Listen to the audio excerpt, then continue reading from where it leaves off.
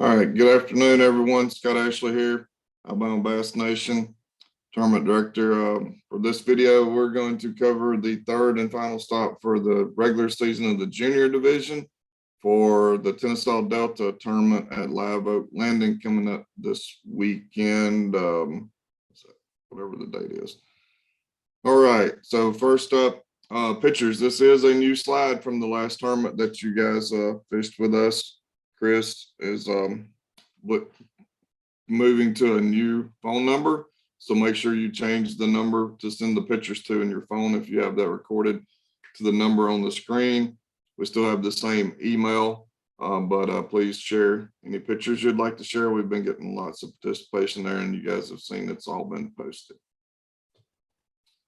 All right, we'll go through the rules real quick. Remember, as always, the check-in rule. I'm going to go through this one kind of fast and not read everything because it's the third and last tournament. Everyone should have already fished one or two with us and should know the rules by now. But remember the check-in rule. You must check in with our check-in person at the end of the day.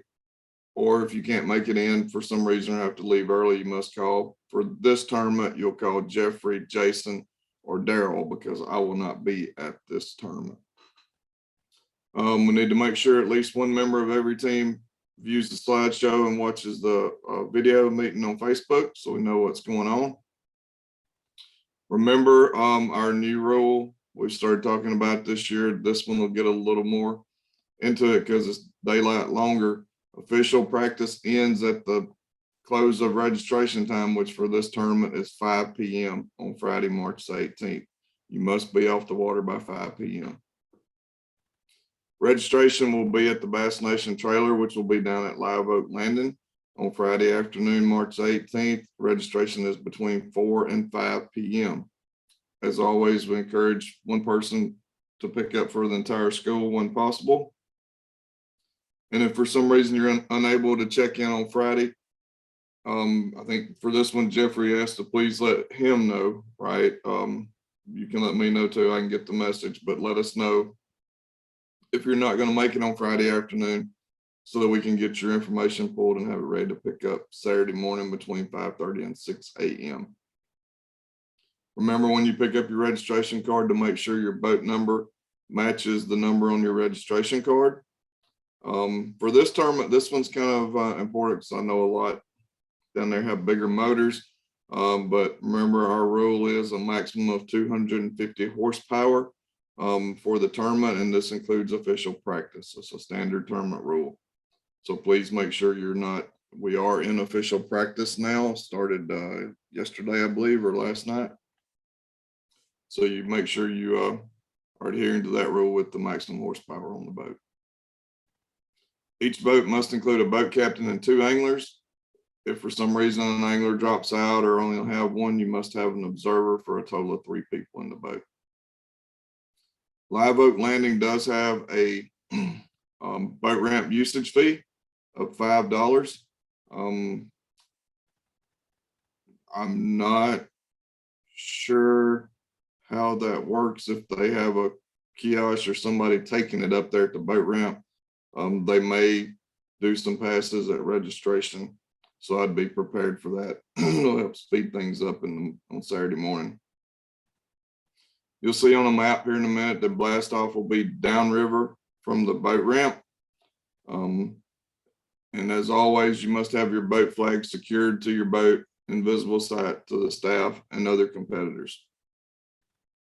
Because of the way this facility lays out, we will close the boat ramp at about around 6:20 for blast off. You'll see on the map that as we blast off, they'll be crossing the boat ramp, so we can't have people trying to put in while we have a line going through. I spoke with Jeffrey. We're anticipating a blast off time of around approximately 6:30 a.m. depending on safe light conditions. So, we're going to shut the boat ramp down at 6:20. So you want to make sure that you're in the water before 6:20 and getting ready to go. Life jackets must be worn when combustion engine is running. This includes you, boat captains.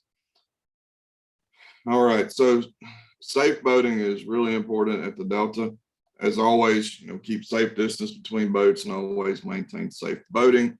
There's a lot of areas in the Delta that I think with the tidal water can get shallow at times.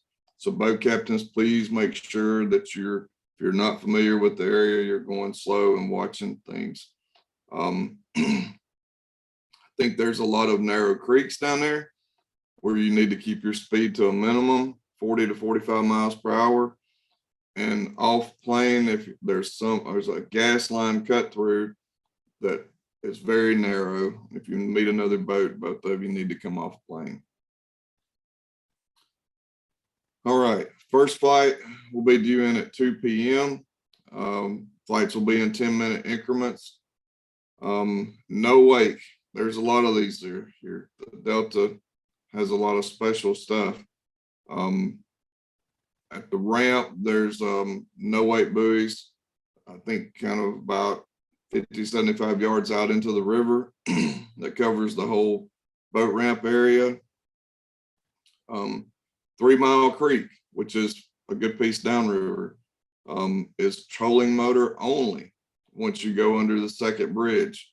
I'm familiar with that one. I've been in the middle of that one before. So if you're going to 3 Mile Creek, you need to figure out these special rules and figure out what it is. I know that it is the second bridge. Once you get to the second bridge, you have to shut the big engine off altogether and use the trolling motor only. There's an idle zone approximately 1 mile upriver at Lower Bryant's Landing, which is all the way across the river. That's about a third of a mile long. There's also a no wake area at Bluegill Restaurant. And there is also quite a few no fishing areas, as I understand.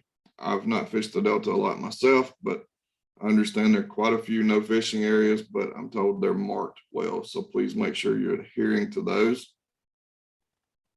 As well as our off limits will be, and you'll see on a map in a minute, the boat ramp area out to the no wake buoy from the T-docks on each end of the boat ramp.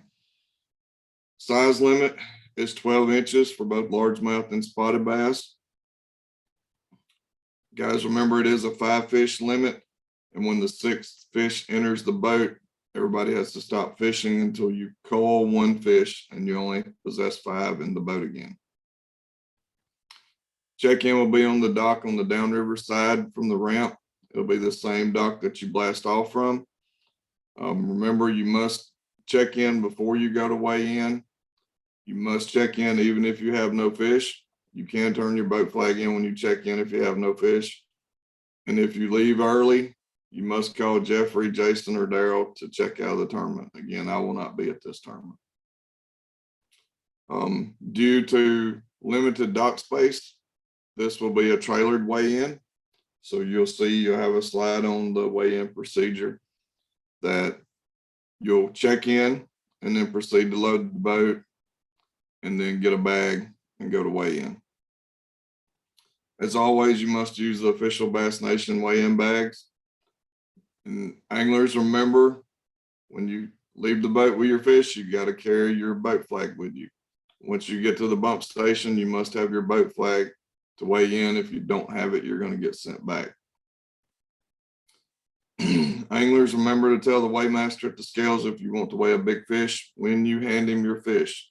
Please don't wait until after he weighs them and you're talking to the MC because the fish are already going off the stage. Make sure you tell him when you hand him the fish. Weigh-in will be at Live Oak Landing down close to the boat ramp. I have it on the map. You'll see in a minute. As always, we'll make the fish available at the back of the trailer for pictures.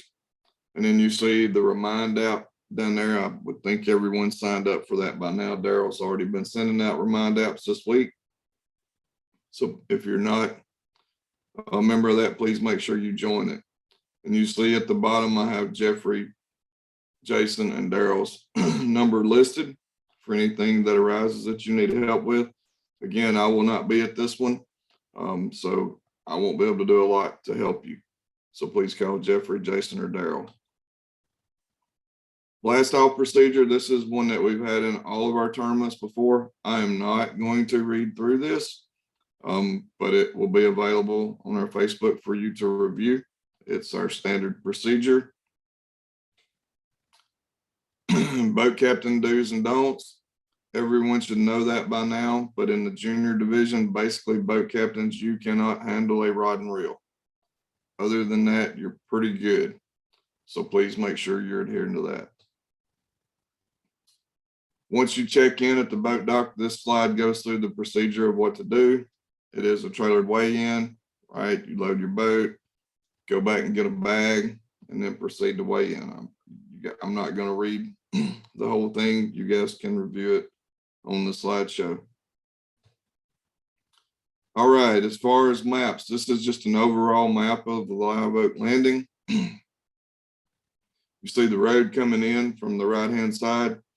Once you get up there to where you see the parking lot, you turn right to go to the boat ramp, and you circle around, launch the boat at the boat ramp, and then proceed to the parking area. There's plenty of parking here. I believe from prior times here, there's 220 or so parking spots, and I think we only have 60 boats registered for this, so you guys won't have any trouble parking. This is just a little better layout of it from my last time. You'll come in, and please turn to the right in the morning to go toward the boat ramp. And you see the arrows are in red, and you see as you come down by the boat ramp, there is a little loop out there. And what that is for is that was when this facility was designed, they put that there for people to be able to pull over and finish getting ready, anyone who's not ready. So that's your rigging area. So once you get to that little loop that goes off to the right, if you're not completely ready to put in the water, you need to pull over there to that loop and get your rigging done and then get back in line. You'll proceed from there down to the boat ramp, launch the trailer, and then over to the parking lot. You'll see right there beside the boat ramp, the little white rectangle that says trailer. That is where the trailer should be for weigh-in, but you'll know that from going to registration. Blast off is pretty simple. Once you launch the boat, you're going to need to go downriver and stage past that long dock that's just below the boat ramp and get lined up to stage. Should be pretty easy with 60 boats. You see, I do have one other bubble on there for 61 and up in case there were any late entries that come in, but last number I was told was 60 boats.